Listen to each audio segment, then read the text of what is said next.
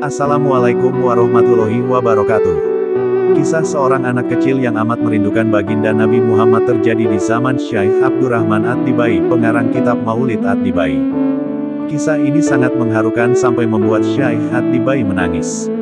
Syekh At-Tibai adalah seorang ulama besar bernama lengkap Imam Wajihuddin Abdurrahman bin Ali bin Muhammad Al-Syaibani Al-Yamani Al-Zubaidi Asy-Syafi'i.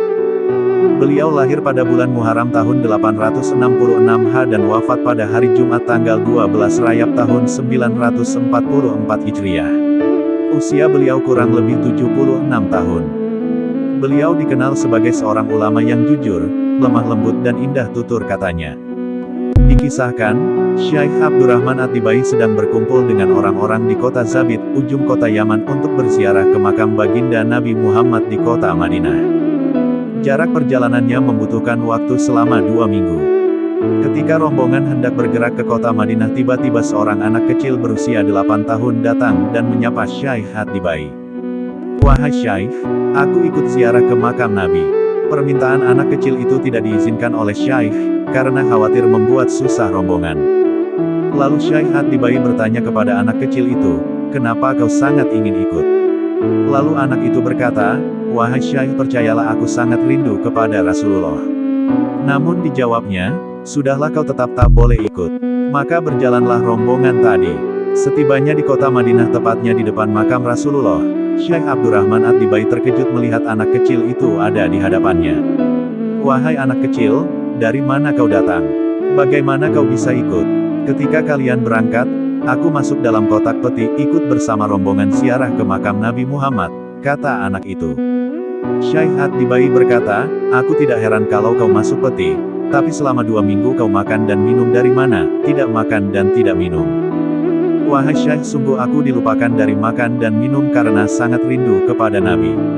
Anak kecil tadi pun bertanya, "Wahai Syekh, apakah benar tanah ini pernah dipijak Rasulullah?"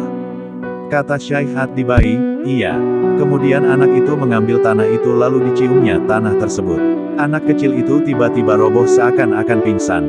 Rupanya anak kecil itu telah wafat. Anak kecil itu pun dikebumikan di luar kota Madinah karena orang luar. Kemudian Syekh dan para rombongan mengerjakan umrah.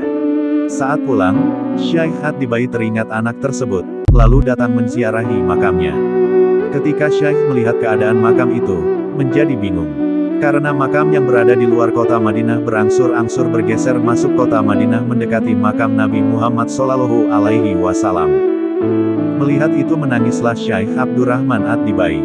Sampai sekarang makam tersebut masih ada dan berada di seberang Masjid Nabawi. "Wahai anak kecil, betapa hebat dan mulianya engkau, sewaktu kecil kau rindu hendak ziarah ke makam baginda Nabi Muhammad, dan sewaktu kau wafat kau juga rindu kepada Rasulullah." Syekh Abdurrahman At-Tibai pun menangis di dalam rumahnya. "Aku ini adalah seorang imam tapi aku malu melihat kecintaan seorang anak yang sangat mencintai Rasulullah." Syekh At-Tibai pun menulis riwayat perjalanan anak kecil itu dalam kitab maulidnya, Kitab Maulid At-Tibai. Wallahu a'lam. Jangan lupa subscribe, like, komen, dan share. Wassalamualaikum warahmatullahi wabarakatuh.